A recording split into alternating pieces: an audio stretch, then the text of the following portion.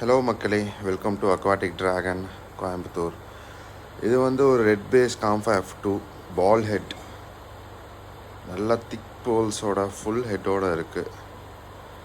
நல்லா மான்ஸ்டர்காக் வெரைட்டியில் காம்ஃபா பார்க்குறீங்கன்னா இது உங்களுக்கு ப்ரிஃபரபுளாக இருக்கும். All over India shipping possible. என்னோடய வாட்ஸ்அப் நம்பர் தரேன், வாட்ஸ்அப் பண்ணுங்கள். தேங்க்யூ.